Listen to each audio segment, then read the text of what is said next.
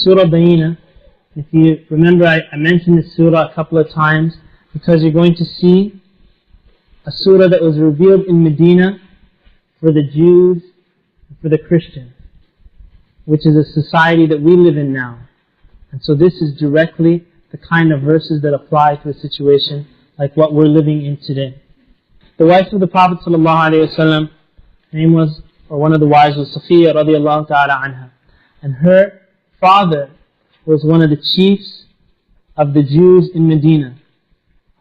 When the Prophet ﷺ, when they got married later on, she became Muslim, and he asked her, when was the first time that Islam came to your heart? And this is basically almost like saying, like, how did you become Muslim? And she mentions the story. She said the first time, like the first rays of nur that entered her heart from Islam was when she was a little girl. And that was the day that the Prophet ﷺ came to Medina. And she said that she was in her garden, and her father and her uncle had gone out to where the Prophet ﷺ was coming.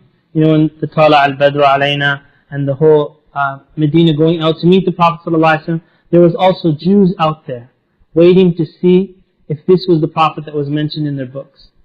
And she said that they went out, and when they came back with darkness on their face.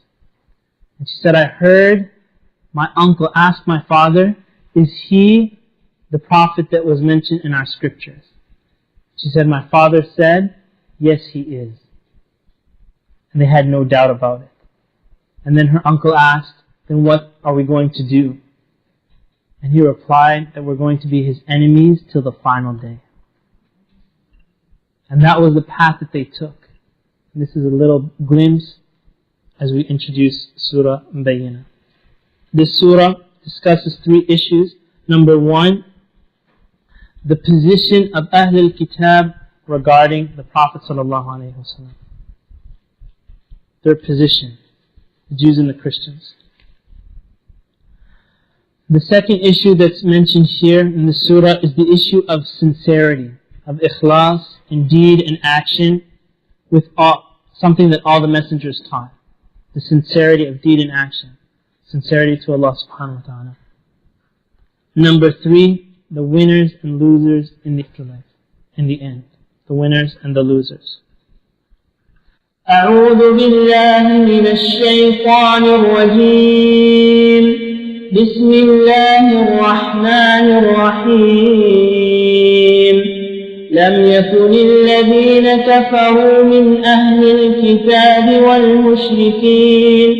والمشركين منفكين حتى تأتيهم البينة رسول من الله يتلو صحفا مطهرة فيها كتب قيمة وما تفرق الذين أوتوا الكتاب إلا من بعد ما جاءتهم البينة وما أمروا إلا ليعبدوا الله مخلصين له الدين حنفاء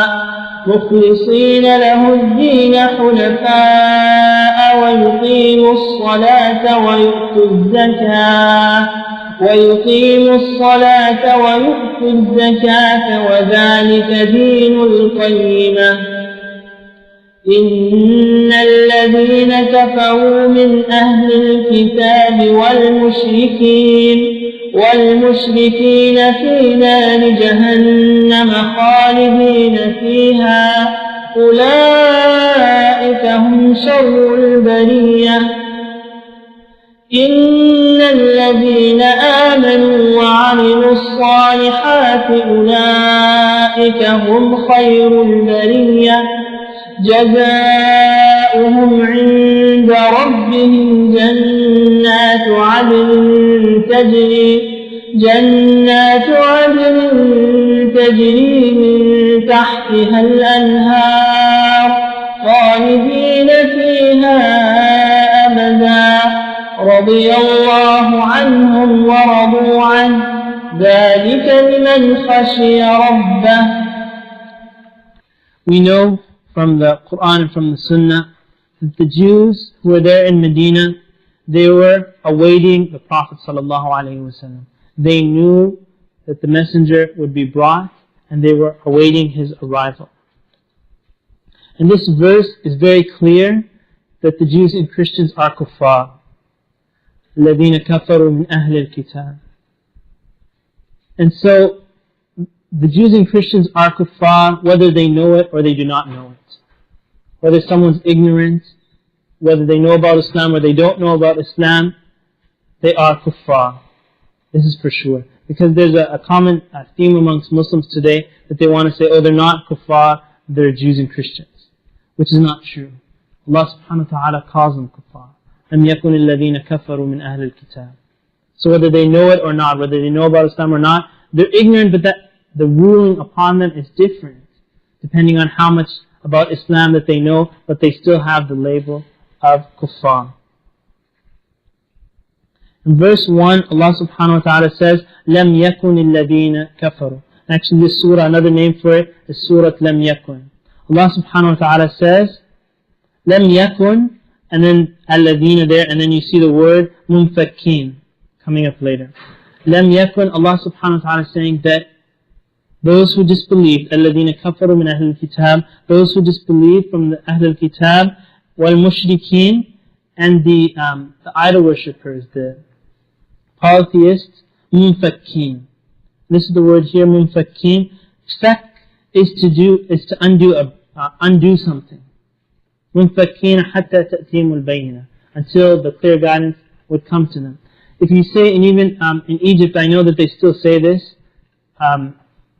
if a little girl says to her mother to take off the bracelet, she will say, فُكِّيهَا, meaning to undo it. And Allah subhanahu wa ta'ala is saying that they will not undo themselves from the misguidance that they're upon, حَتَّى, until تَأْتِيَهُمْ الْبَيِّنَةِ, until the clear guidance comes to them, the clear evidence.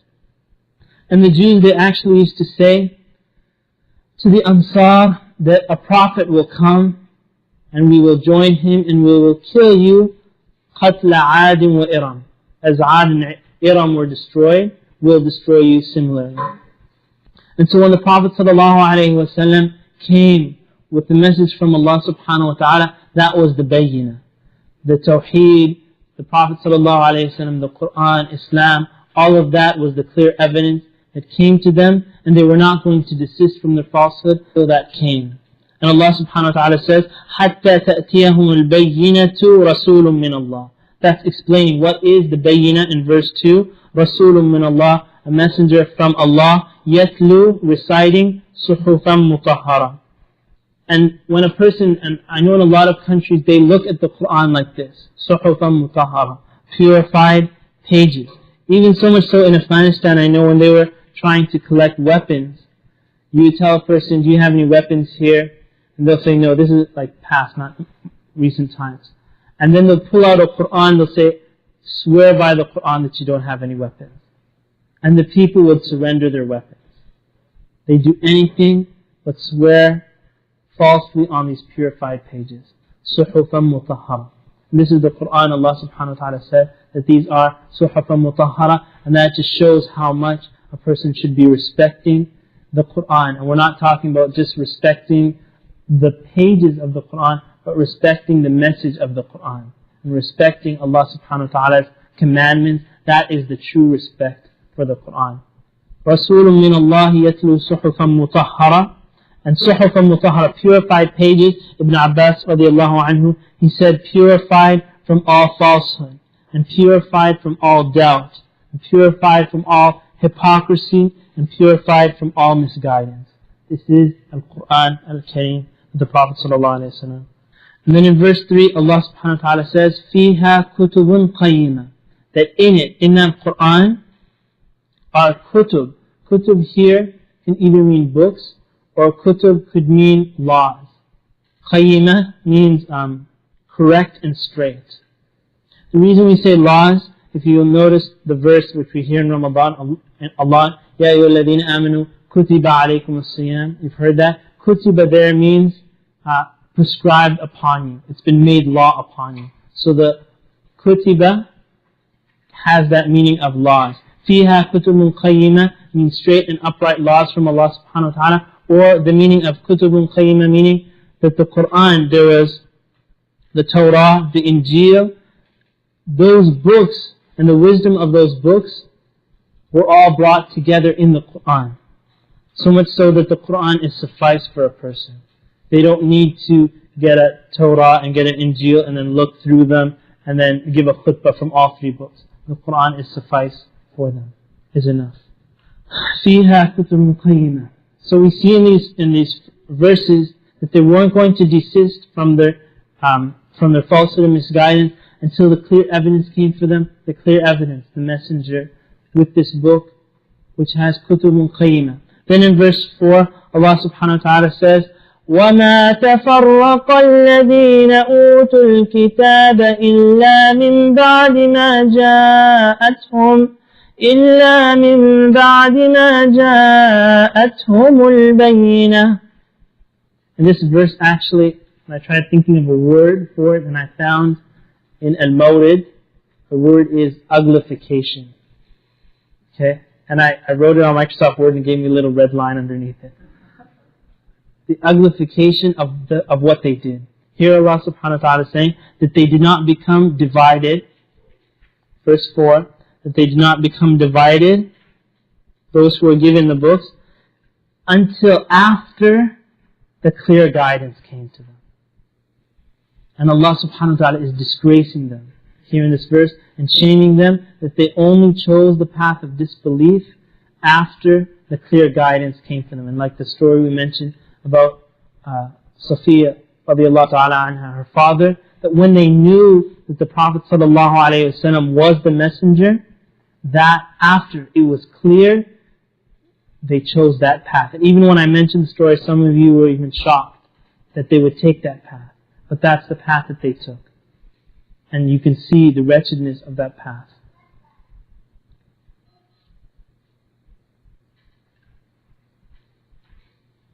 Allah subhanahu wa ta'ala, in fact, they knew the Prophet sallallahu alayhi wa sallam so well. Allah subhanahu wa ta'ala says, وَكَانُوا يَسْتَفْتِحُونَ عَلَى الَّذِينَ كَفَرُوا. Meaning that they used to make dua with the name of the Prophet sallallahu alayhi wa sallam. Meaning that they would say, Allahumma, their dua would be to the effect of, Allahumma ansurna. Whenever they would have enemies, they would say, Allahumma ansurna alayhim. Oh Allah, grant us victory over these people.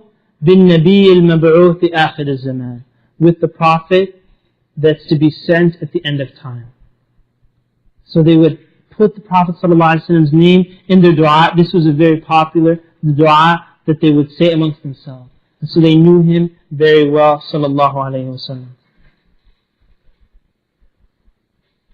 And here we see وَمَا تَفَرَّقَ الَّذِينَ أُوتُوا الْكِتَابَ. Many times when we say Jews and Christians, people think that it's only one sect. But indeed that they've been divided, and as the Prophet ﷺ said, that the Muslims will copy them. And they'll divide in similar ways. But they're not one. But only when the clarity and the truth came to them, that's when the division started happening. And I noticed in some communities amongst the Muslims, a lot of times the brothers and sisters are all together until they get a taste of knowledge. They start learning a little bit about Islam. And it's almost like putting a gun in the hand of a child. You know, they're very young in their knowledge of Islam, but they're holding that gun and they start blowing all the Muslims away. Right? And they start saying that you're in hellfire, and you're in hellfire, and you're in hellfire, and I'm the only one that's saved. And then they're ripped apart from the seams because of the little knowledge that they had.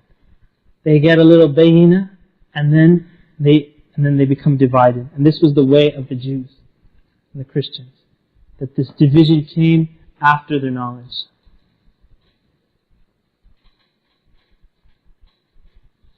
Abdullah ibn Salam, and there, not all Jews were like this. And you'll notice in this verse that Allah subhanahu wa ta'ala in verse 1, He didn't say the Jews. He said, الَّذِينَ كَفَرُوا مِنْ أَهْلِ الْكِتَابِ. Those who disbelieved. It's a verb. And then Allah subhanahu wa ta'ala says, وَالْمُشْرِكِينَ. Al-mushrikeen is a noun. And so the action that came upon these Jews and Christians was an action that they did, that they were on guidance from Allah subhanahu wa ta'ala before that, and then the clear evidence came to them, and they did kufr after that had come to them. The mushrikeen were on falsehood from the very beginning, and so it became a noun for them. Mushrikeen, here you see, alladhina kafaru. So it was a path they took. And so not all of them were like this, because you see the ayat where Allah subhanahu wa ta'ala talks about the Christians. وَإِذَا سَمِعُوا مَا أُنزِلَ إِلَى الرَّسُولِ. When they hear what was revealed to the Prophet, تَرَى أَعْيُنَهُمْ تَفِيضُ مِنَ الدَّمِ. You'll see their eyes bursting forth with tears.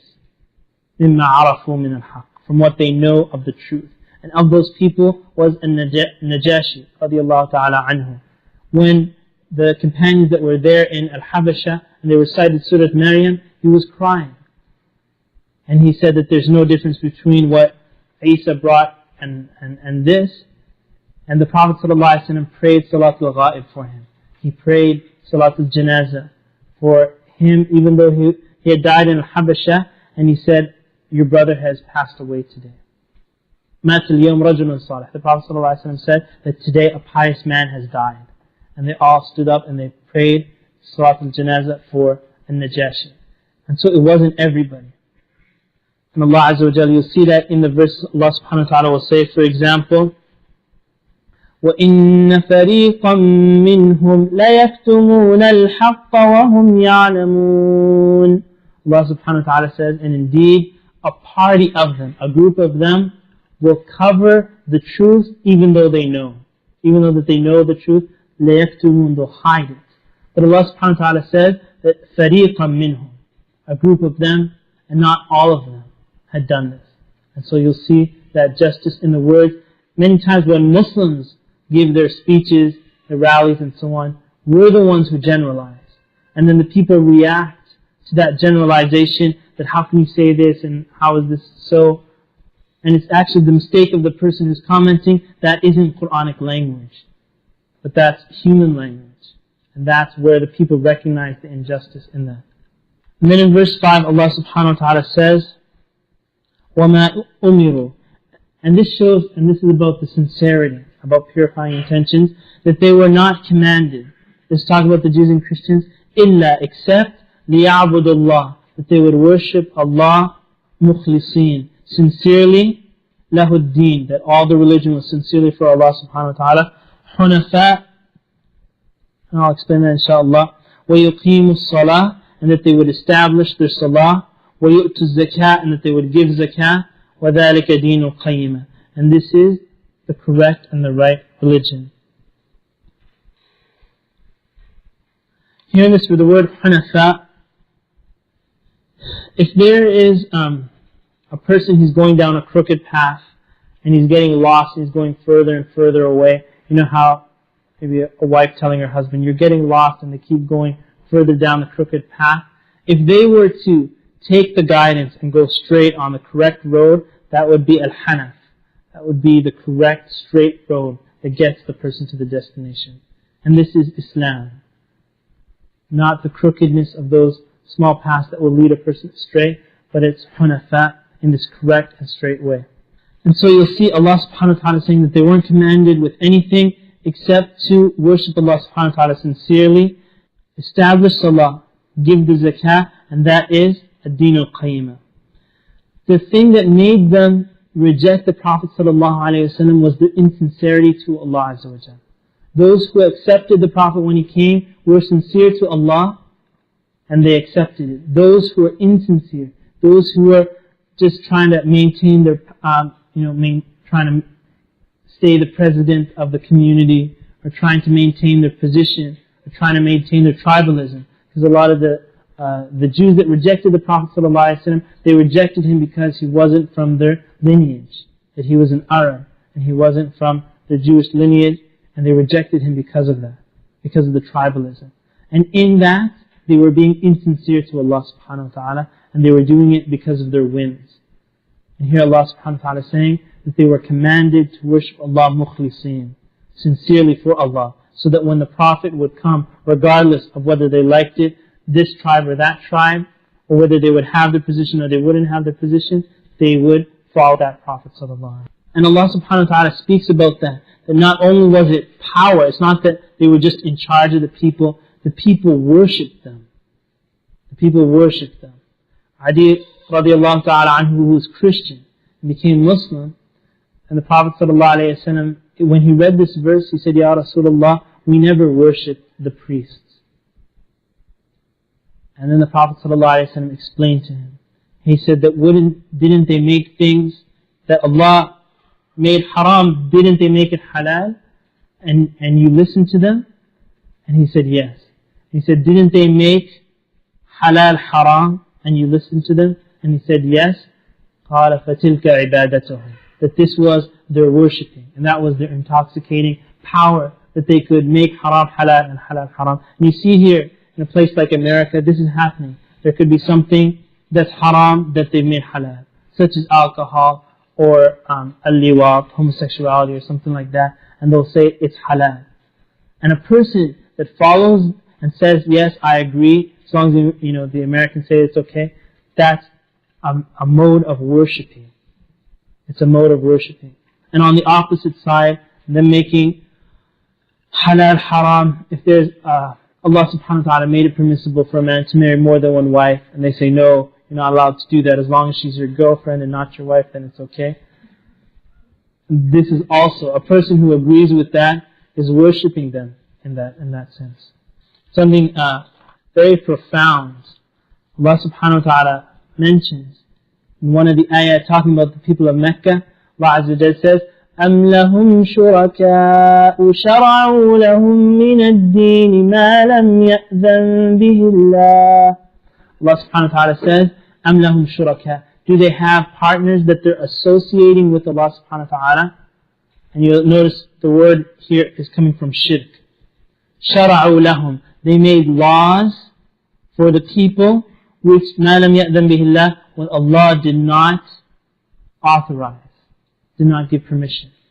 And Allah subhanahu wa ta'ala considers it shirk, that a person would take someone, this person saying this is halal and this is haram, and someone listens to them, and they're lying against Allah subhanahu wa ta'ala. That is a way of worshipping that person. A way of worshipping. And that shows you the seriousness of someone speaking about the laws of Allah subhanahu wa ta'ala without knowledge. And one point that I benefited from, verse 5, where Allah subhanahu wa ta'ala says that they weren't commanded except to worship Allah subhanahu wa ta'ala sincerely and establish their salah. Notice, even when we go outside and we pray and there's, maybe non-Muslims walking by, there should be no shyness for a believer when they pray, because they realize that they're not the only one that was commanded to pray. All of them were commanded to pray. The Jews and the Christians were commanded to do salah. So if you're praying and they're like, oh, you're funny, what are you doing? Just realize that you're doing what Allah wants you to do, and they're not doing what Allah told them to do. And so they were commanded to pray just like we were commanded to pray. And so it's an honor for the believer that they're saying that here I am, it's the time for salah and I'm praying. And the Hanif way that Allah subhanahu wa ta'ala, because a lot of times people get into a lot of details about, when they're doing their mission of Islam. And I've noticed from the people that were successful in their da'wah have gone to the Quranic way of giving da'wah. And here you'll see this is the formula. To worship Allah subhanahu wa ta'ala sincerely, to establish the salah, and to take care of the society. وَيُؤْتِ الزَّكَاةِ وَذَلِكَ دِينُ الْقَيِّمَةِ. Main points of a da'wah mission that the person should be going forward with.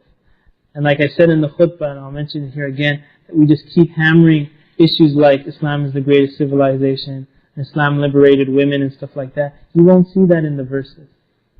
They come up here and there, but out of surahs after surahs and juz after juz, you have to pick out an ayah here, an ayah there, that the person's commenting. But our whole da'wah mission is based on that.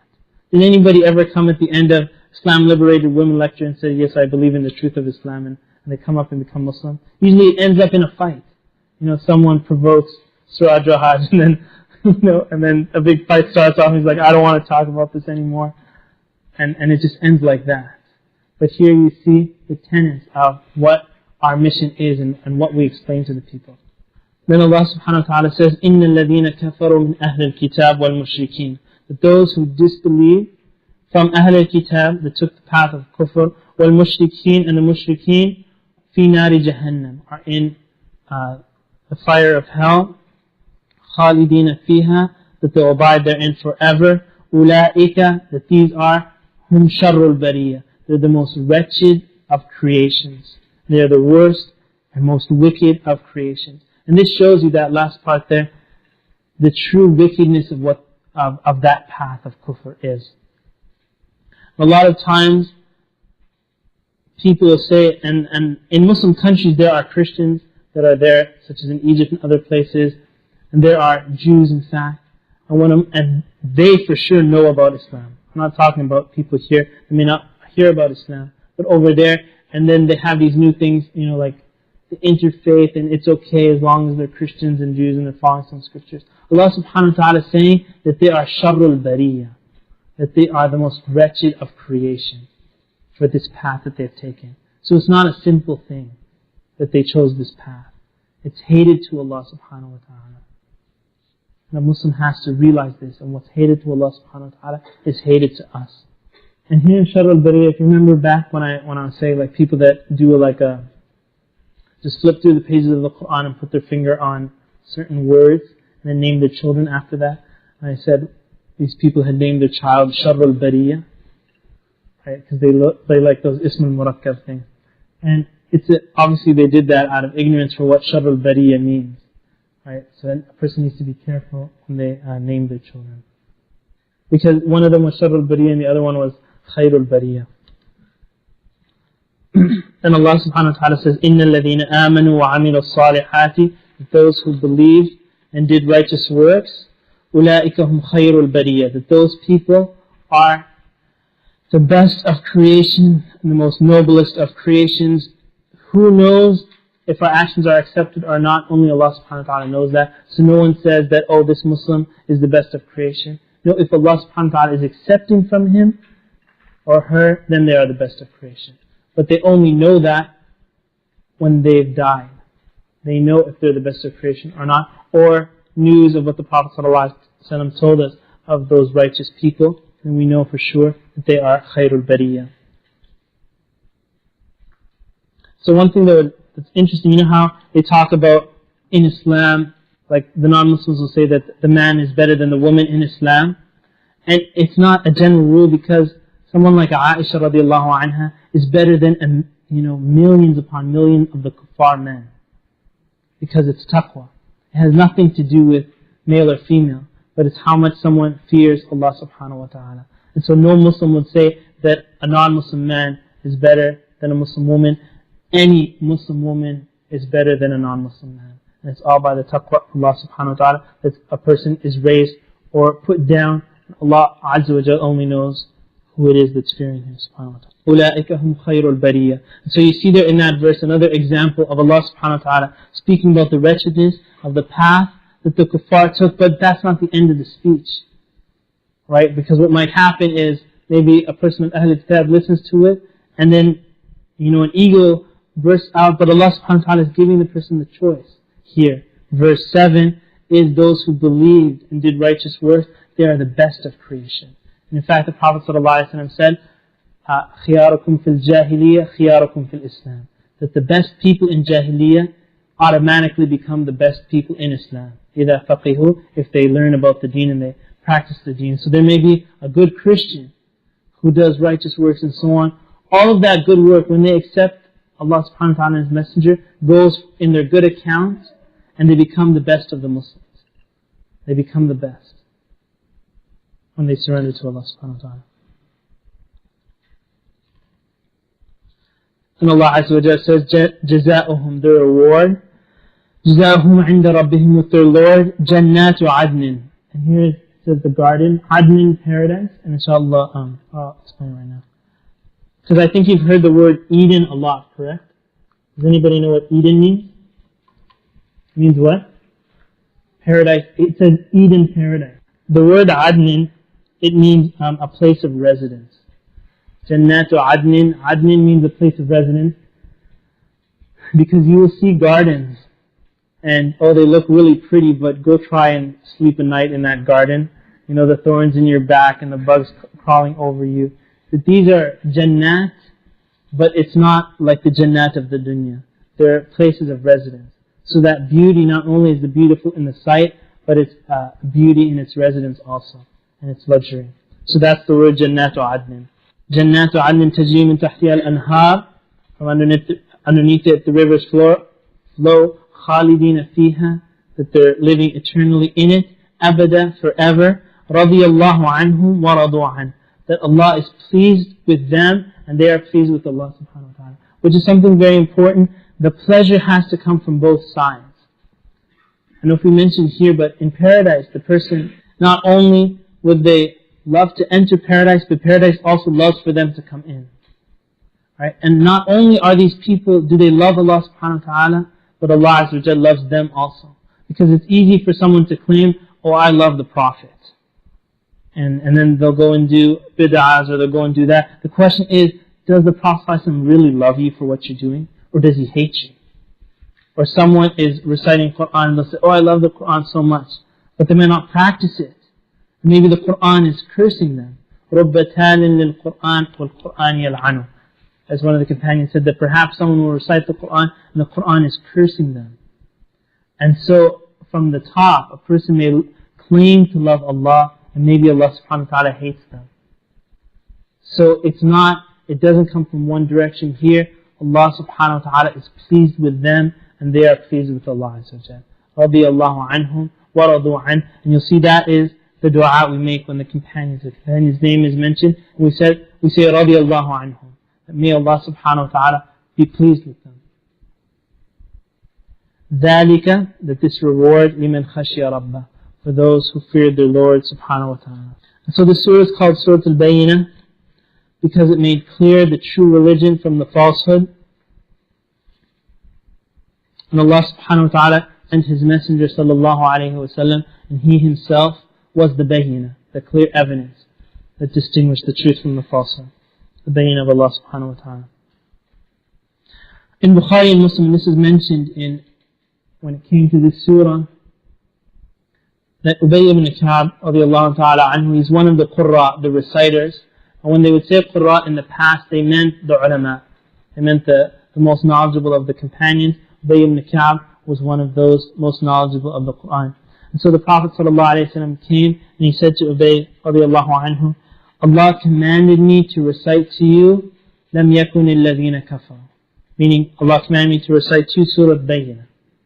And so Ubay radiallahu anhu, he said, did Allah mention me by name?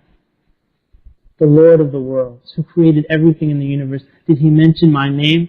And the Prophet ﷺ said yes.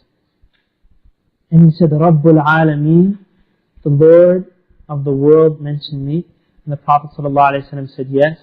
And then Ubay radiallahu anhu, he started crying from the happiness of that news from the Prophet ﷺ. That was mentioned in Sahih al-Bukhari.